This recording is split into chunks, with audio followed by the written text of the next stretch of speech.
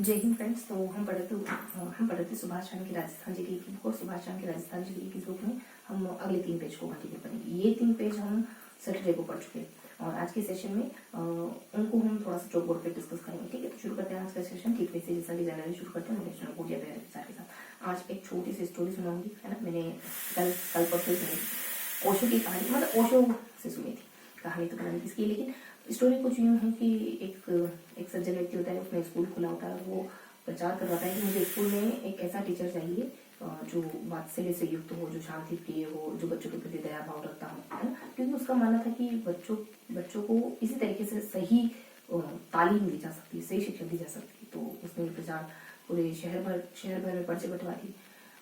एक व्यक्ति आता है इसके रिगार्डिंग, है ना, कि उसको लगता है कि उसमें ये सारी खूबियाँ हैं। तो कहता है कि मैं इंटरव्यू के लिए आया हूँ, जैसा कि तुमने बुलाया था। उसकी वेशभूषा से, उसके हाव भाव से, है ना, बड़ी बड़ी मूछें और लंबा कद, है ना, पहनावे से, देखो मतलब हम जो कुछ भी है ना वो साफ दिखता है आपकी ड्रेसिंग से, आपके बोलचाल से, आपने जो भी वियर करा हुआ है, आप जिस तरीके से रिएक्ट कर रहे हैं ना, तो सब कुछ साफ दिखता है। जो आप अंदर हैं वो नहीं छुपा पाएंगे, आप कुछ भी करें, है ना। तो वो व्यक्ति कहता है कि मुझे नहीं लगता कि तुम मेरे एडवर्टाइजमेंट के हिसाब से परफेक्ट व्यक्ति हो। तो कहता है कि क्यों, ऐसा क्यों लगता है तुमको? सारी शर्तें मैं फुलफिल करता हूँ, तभी मैं यहाँ आया हूँ इंटरव्यू के लिए। तो उसने कहा कि मैं बहुत वात्सल्य युक्त व्यक्ति हूँ, क्योंकि मैंने 25-30 शादियां करी और मेरे बहुत से बच्चे, तो तुम ये पता कर सकते हो कि मुझमें कितना प्यार है बच्चों को लेकर के। और शांति प्रिय हूँ, क्योंकि बहुत मार काट हुई जहां भी मैं जॉब के लिए जाता, मतलब बहुत हाथापाई हुई, लेकिन हाथापाई के बाद हर बार क्या कह सकते हैं अपन यहाँ की, बहुत ज्यादा हाथापाई हुई और हर बार मैं चुप हो जाता था। मैं हाथापाई करता था, लेकिन अगले दिन फिर मैं शांति से उसी स्कूल को दोबारा ज्वाइन कर लेता था, मतलब दोबारा अपनी सर्विस के लिए, दोबारा अपनी जॉब के लिए जाता था, है ना। हाथापाई होने के बाद भी, और हर दिन हाथापाई होती थी, है ना, और फिर से अगले दिन मैं ज्वाइन करता था स्कूल।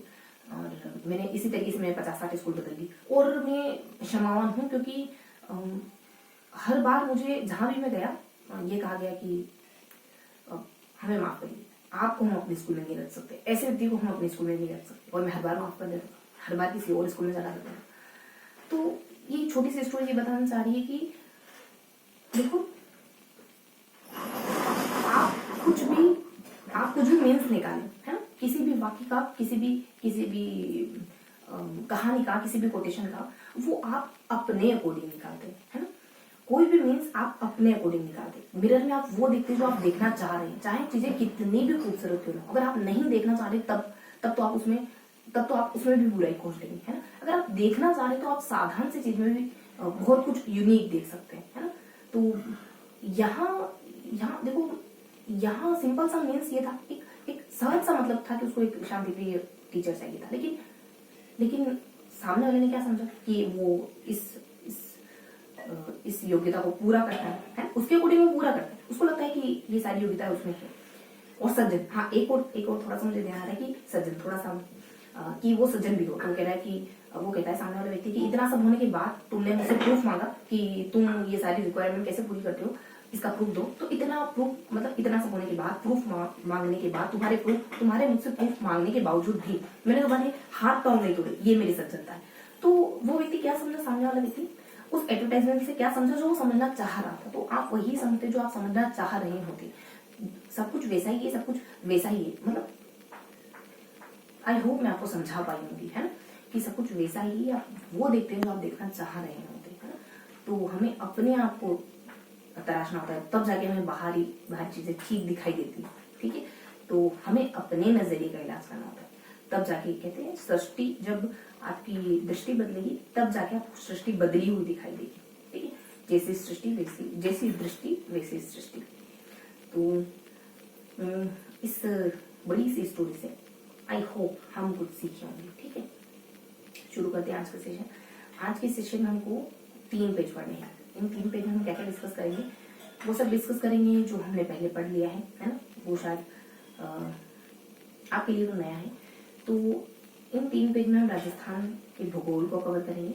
राजस्थान के भूगोल में हम अफवाह तंत्र भी पढ़ेंगे थोड़ा सा इसमें, और 2 सेगमेंट और हैं, 2 पेज और हैं जिसमें अपन देखो हम इमेज से चीजों को ध्यान रखते हैं। तो 3 पैराग्राफ है लास्ट पेज में, फर्स्ट, सेकंड और थर्ड। यहाँ राजस्थान की नदियों के बारे में बता रखा है, और यहाँ कुछ 3-4 फैक्ट है, और यहाँ राजस्थान की नदियों में से अफवाह आंतरिक प्रवाह की नदियों को थोड़ा सा जूम इन करके बता रखा है, ठीक है। तो यहाँ हम 3 पैराग्राफ पढ़ेंगे, और इससे पहले क्या पढ़ेंगे, तो इससे पहले हम ध्यान रखेंगे एक सर्पिलाकार आकृति, ऐसा करके ध्यान रखो, सर्पिलाकार आकृति पढ़ेंगे। मतलब ये है कि फर्स्ट पेज में ना एक सारणी, एक बॉक्स है जिसमें सर्पिलाकार आकृति बनी है, और ये किसकी पता है, ये बनास नदी की आकृति, बनास बेसिन को बता रहा है। इससे क्या होता है कि हमको ना चीजें थोड़ी सी याद रह जाती है, इस वजह से हम इमेजिनेशन के थ्रू चीजों को याद करने की कोशिश करते हैं ना। तो सांप बना हुआ, ये ध्यान रखें माइंड में, जितना फनी बनाएंगे उतना ज्यादा लंबे समय तक याद रहेगा, ठीक है। इसके नीचे थोड़ी सी जगह है तो 2 पैराग्राफ और हो जाएंगे, 2 पैराग्राफ और थोड़ा बनास बेसिन, एक माही बेसिन के बारे में है, तो एक हाड़ौती के पठार के बारे में है, ठीक है। इसके बाद क्या पढ़ेंगे, अब बच गया बीच वाला पेज, सेकेंड वाला पेज। तो बीच वाले पेज में हम 4 पैराग्राफ पढ़ेंगे, ठीक है। एक यहाँ और बीच में 2 पढ़ेंगे। तो यहाँ अपन हाड़ौती के बारे में पढ़ेंगे, यहाँ अपन कुछ फैक्चुअल जानकारियां हैं उनको कवर करेंगे, मतलब ये जगह कहाँ, ये जगह कहाँ, ये जगह कहाँ, ये जगह कहाँ, कुछ इस तरीके से। बीच में 2 पैराग्राफ और पढ़ेंगे जो हाड़ौती के 2 पार्ट है, विंध्यन और दक्कन है। तो एक ब्रॉड माइंड तो आपके दिमाग में बन गया होगा कि हम फर्स्ट में सांप पढ़ेंगे, है ना, सर्पिलाकार पढ़ेंगे। जितना फनी, जितना यूनिक बताएंगे ना आप अपने माइंड को, उतना आप एक ही बार में याद कर पाएंगे, ठीक है। और लास्ट में हम 3 इमेज, मतलब 3 बॉक्स देखते हैं, 1, 2, 3, है। और बीच वाले पेज में हम 4 बॉक्स पढ़ते हैं ना, फर्स्ट, सेकेंड और 2 इसके पार्टीशन, है ना। तो कुछ एक सरल से सरल इमेज बनेगी। अब इसको थोड़ा सा फाइन करते हैं। तो ये सर्पिलाकार आकृति है ना, ये बनास कौन कौन से जिलों में होकर बहती है ये बताती है। तो इसके लिए एक ट्रिक है, एस है, के है, टी है, और नकाब है ना, नकाब है SSKT, इस तरीके से ट्रिक है, बस नकाब SSKT ऐसे करके कुछ हल्का सा ध्यान रखो। ये सारे जिले हैं, अब अल्फाबेटिक तरीके से वो सारे जिले जो इनसे कनेक्ट होते हैं, ठीक है। अब फिर इसके 2 हिस्से हैं, थोड़ा सा यहाँ 1-2 फैक्ट है इसी के साथ, कि एक तो हो जाएगा मेवाड़ का इलाका, और एक हो जाएगा मेवाड़ का मैदान, एक हो जाएगा करौली का मैदान। तो मेवाड़ के मैदान में शुरुआती जिले हो जाएंगे, और करौली के मैदान में लास्ट के जिले हो जाएंगे, जो मैंने स्क्रिप्ट में बताया ना वो जिले बताया तो नहीं, मतलब आने वाले जिले। और इसके अलावा खेराड़ क्षेत्र, यहाँ खेराड़ क्षेत्र जहांजपुर जिले को कहते हैं, यहाँ खेराड़ क्षेत्र टोंक जिले को कहते हैं। यहाँ मतलब वो जो 2 पार्टीशन करेंगे वो, कि ये अपने बिहार का मैदान और ये अपने करौली का मैदान। तो ये थोड़ी सी इन्फॉर्मेशन इससे मिलाकर आती है नीचे 2-4, ठीक है। इसके अलावा यहाँ नीचे 2 हिस्से हैं, इन 2 हिस्सों में क्या कवर करते हैं, मुश्किल से अपन 20 मिनट का समय है ना। इन 2 हिस्सों में क्या कवर करते हैं, माही मैदान है और यहाँ हाड़ौती के बारे में। माही मैदान के बारे में 3 बातें हैं कि माही नदी बहुत ज्यादा गड्ढे बनाती है, मतलब थोड़ा सा चलती है और बहुत ज्यादा ढलान पे चली जाती है। तो ये कुछ 8 से 12 मीटर तक प्रति किलोमीटर ढलान पे जाती है ना, बहुत ज्यादा गहराई है यहाँ। 56 का मैदान पड़ता है यहाँ पे, और रेड फ्लेमिंगो देखने को मिल जाते हैं यहाँ पे, है ना। ये 2-4 फैक्ट, 1-2 फैक्ट हो सकते हैं शायद, है। तो ये आदिवासियों की गंगा कहलाती है ना, और कांठल की गंगा है, ये सारी बातें, और 1-2 फैक्ट हो सकते हैं। इसके अलावा सामने कुछ हाड़ौती के बारे में, है ना। हाड़ौती के बारे में देखो, एक फैक्ट ऊपर है, मतलब जैसे हेडिंग हाड़ौती, एक सबसे ऊपर वाली लाइन, एक सबसे नीचे वाली लाइन है, एक बीच में ये कुछ, इसको आंध्र प्रदेश कहते हैं। और ऊपर नीचे हाड़ौती के बारे में देखो क्या था, नीचे तो कुछ 2 पॉइंट है समझ से, लेकिन थोड़ा सा मिस हो रहा है, ठीक। तो ये थोड़ी सी इन्फॉर्मेशन हमने फर्स्ट पेज में पढ़ी। अब लास्ट में बहुत ही इजी है, तो उसको डिस्कस कर लेंगे। सिर्फ हम पेज वाइज पढ़ रहे हैं, हमको सिर्फ पेज से मतलब है, इस पेज में क्या लिखना है ना। तो पूरा फोकस ये रखेंगे कि इन 3 पेज में कौन कौन सी इन्फॉर्मेशन बहुत ज्यादा इम्पोर्टेंट है, ठीक। तो यहाँ वैसे तो सब डिस्कस करने की कोशिश करते हैं, सारी चीजें इम्पोर्टेंट है। 3 पेज मतलब 3 पेज को पूरी शिद्दत से अच्छे से पढ़ना।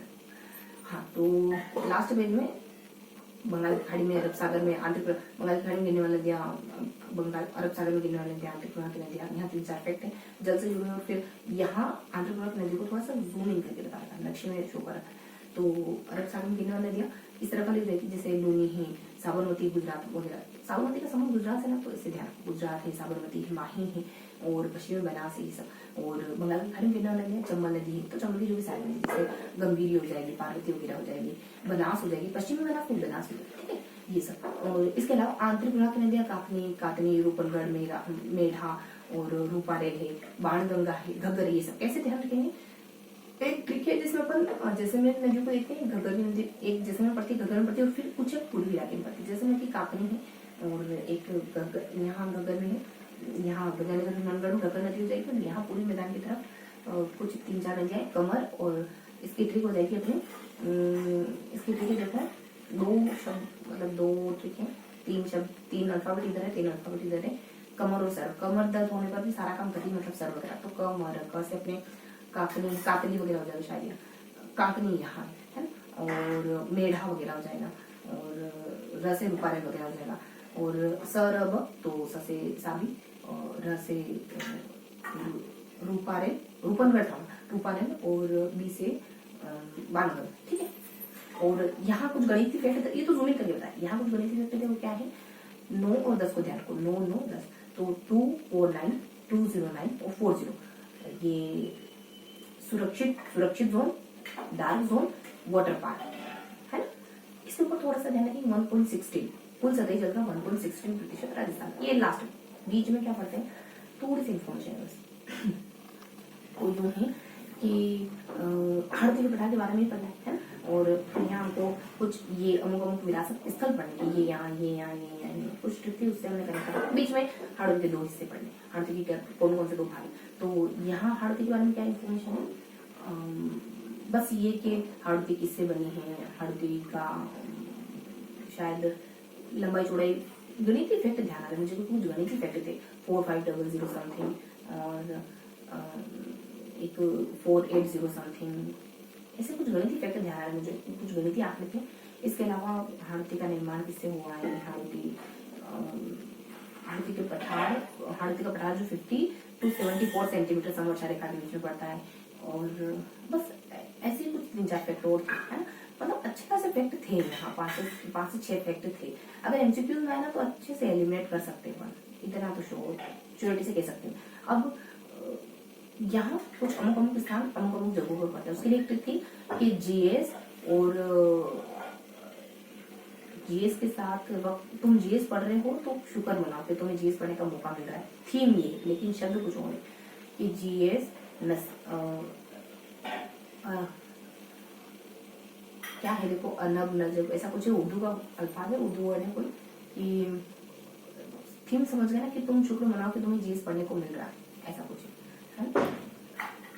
तो ऐसे कुछ ट्रिक है, भाव ये है जिससे अपन ना स्थानों को कनेक्ट करते। तो इस तरीके से हमने, हाँ अभी तो बीच के 2 विंध्यन और दक्कन बाकी। तो विंध्यन में हम देखते हैं कि विंध्यन है ना चूना पत्थर से बना हुआ। तो मैंने कहा था कि एक चीज ध्यान रखना, विंध्यन में एक चीज ध्यान रखना, बस इस पे फोकस करना, इस पे फोकस करना, इस पे फोकस करना। वो था कि विंध्यन जो है वो चूना पत्थर से निर्मित पठार, और एक आधा और पॉइंट हो सकता है। इसके अलावा दक्कन में अपन खिला देते हैं, बीच में एक पॉइंट होता है, कोष्टक है, ऊपर कुछ है नीचे कुछ है। कोष्टक में अपन कहते हैं कुछ कि कोष्टक में अपन है ना, शायद ये बताता है कि पता नहीं क्या बताया था कोष्टक में। ऊपर नीचे कुछ बेसिक इन्फॉर्मेशन है, जैसे मुकुंदरा की पहाड़ी 12 झालावाड़ में पड़ती है, नीचे भी था कि आसावाड़ा की शायद 12 में पड़ती है, ऐसा कुछ। और कुनाल इलाका मुझे ध्यान आ रहा है, पता नहीं कहाँ था वो, ठीक है। तो ये बेसिक इन्फॉर्मेशन है, पर यहाँ तो नहीं, ये बेसिक इन्फॉर्मेशन है जो मैंने तीनों पेज के बारे में बताई। हम जो बुक रीड करते हैं ना, वो वाले सेशन में आप लेंगे। तो अब थोड़ा सा मैंने उस पर वर्क शुरू कर दिया, आई होप बहुत जल्दी वो आपके बीच वो सेशन आप तक पहुंचेंगे, ठीक है। तो 3 पेज पढ़े हैं हमने, क्या क्या पढ़ा है हम 3 पेज में। तो हमने फर्स्ट, सेकेंड और थर्ड, इन 3 पेज में क्या क्या कवर करा। फर्स्ट में हमने ना सर्पिला कराकृति है ना, कुछ यहाँ कुछ यहाँ। सेकेंड में हमने यहाँ कुछ पढ़ा, यहाँ कुछ पढ़ा, और यहाँ कुछ पढ़ा। लास्ट में हम यहाँ पढ़ते हैं कुछ, यहाँ पढ़ते हैं कुछ, और जूम इन, इसको हमने जूम इन करा है ना, ये सारी इन्फॉर्मेशन। तो देखो यहाँ हमने ना बनास नदी के कौन कौन से जिले, तो मैंने आपको ट्रिक बताया था ना कि नकाब है ना, तो नकाब चित्र से ज्यादा ध्यान देते, नकाब में ऐसे बना देती हूँ, चलो बोलना है, पर नकाब को ये नकाब बना दिया, नकाब का सिंबल बना दिया है ना। यहाँ कुछ है, तो यहाँ ना माही नदी के बारे में कुछ महत्वपूर्ण बातें। यहाँ वापस से हाड़ौती के बारे में 2-4 फैक्ट है। यहाँ हाड़ौती के बारे में फैक्ट है क्योंकि ये नेक्स्ट पेज है जस्ट। यहाँ वो कुछ महत्वपूर्ण तथ्य हैं जो मैं कह रही हूँ ना कि थीम ये है, और यहाँ विंध्य के बारे में और दक्कन के बारे में चीजें याद बहुत है, लेकिन वो इस लेवल पे बहुत ज्यादा नहीं है कि हम दोहरा लें उनको, मतलब वो हम बोल पाए, लेकिन है कहीं ना कहीं, है ना। एमसीक्यू में आए ना क्वेश्चन तो अच्छे से एलिमिनेट कर पाएंगे। और इसके अलावा यहाँ बेसिकली ना वही अपने अफवाह तंत्र, यहाँ 3-4 फैक्ट जो मैंने आपको गणित बताया, और यहाँ अंतर्क्रिया की नजर को जूम इन करके बताया, है ना, जिसके लिए उन्होंने ट्रेन बनाई थी कि कमर दर्द होने पर भी खाना सर्व करते, ठीक है। तो ये थोड़ा सा था, और मैंने लिखा तो कुछ नहीं है, सब वर्बली बताया है, क्योंकि चीजों को ज्यादा बांधने की कोशिश करेंगे, ज्यादा समझेंगे, ज्यादा याद रखेंगे, है ना, और कोशिश करेंगे कि ज्यादा से ज्यादा याद रख पाए। बहुत ज्यादा लिखूंगी तो बहुत ज्यादा विस्तारित हो जाएगी, चीजों को संकीर्ण करने की कोशिश करेंगे। 1 मिनट रुकेंगे हम, हाँ तो अभी हमारे पास अच्छा खासा समय है ना, तो 1 मिनट रुकेंगे, मैं थोड़ा आपको एमसीक्यू क्वेश्चन भी डिस्कस करवा देती हूँ, ठीक है।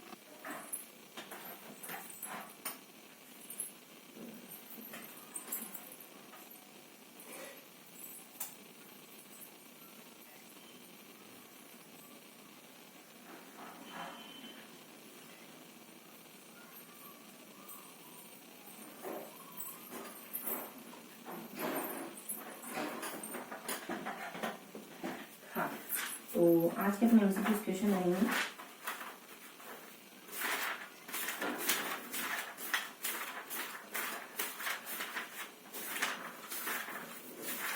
ट्वेंटी 21 एमसीक्यू क्वेश्चन हम कवर कर रहे हैं, है ना।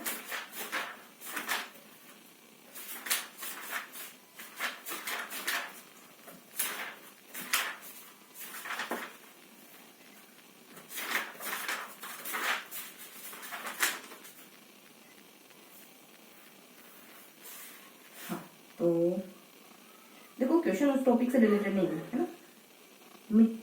किस मिट्टी में चूने व नाइट्रेट की कमी है? लेटेराइट मिट्टी में। निम्न में से कौन सी मिट्टी में नमी रोकने के विशेष गुण होते हैं? काली मृदा में। इसी वजह से कपास की खेती होती है, गीली ज्यादा होती है ना। निम्न में से कौन सी मिट्टी मक्का चावल उगाने के विषय के लिए उपयुक्त है? दोमट मिट्टी। राजस्थान के किस हिस्से में मध्यम काली मिट्टी पाई जाती है? हाड़ौती में मध्यम काली मिट्टी होती है ना। सेम क्या है सेम? जलमग्नता से उत्पन्न समस्या, जल से डूब जाना, है ना। राजस्थान की सर्वाधिक उपजाऊ मिट्टी कौन सी है? सबसे ज्यादा उपजाऊ वर्टिसोर्स, है ना। 6 क्वेश्चन कर लिए, बच्चे अपने 15 क्वेश्चन। तो भारतीय वन्य की घोषणा कब हुई थी? भारतीय वन्य शायद 92 में हुई। राष्ट्रीय वन्य के अनुसार कितने प्रतिशत क्षेत्रफल में वन होने चाहिए? तो 33 में भी। इसका आंसर है या 33। राजस्थान में भारत के कितने प्रतिशत वन पाए जाते हैं?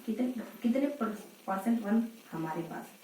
तो 4%, लगभग 5% के आसपास, 4.28। राजस्थान में वनों का प्रतिशत कितना है? तो ये है 9%, 9.60 है, 10%। मुझे भी राउंड फिगर में ध्यान था। भौगोलिक दृष्टिकोण से राजस्थान में सर्वाधिक वन किस भाग में पाए जाते हैं?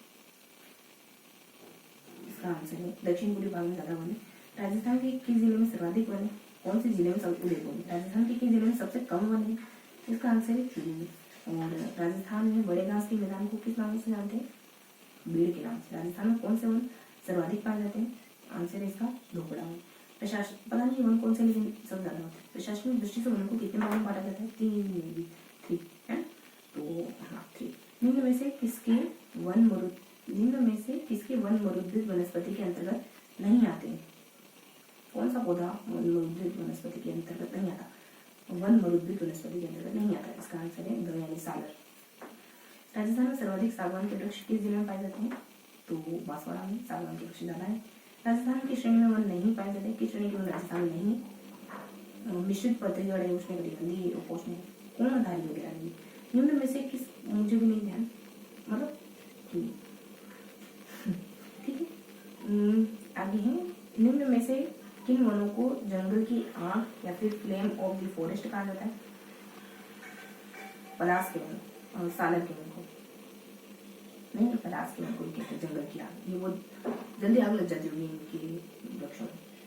आदिवासियों का हरा सोना किसको कहते हैं? हरा सोना बात हो सकता है, इसका आंसर है बात। तो ये थे आज के हमारे 21 एमसीक्यू क्वेश्चन। एक क्वेश्चन का जवाब आप देंगे, राजस्थान में कितना % कौन है एक्यूरेट बताएंगे, ठीक है। तो ये था आज का सेशन। हंसते मुस्कुराते रहिए, दिल से पढ़ाई करते रहिए। फिर मिलेंगे ऐसे ही अगले सेशन में, तब तक के लिए जय।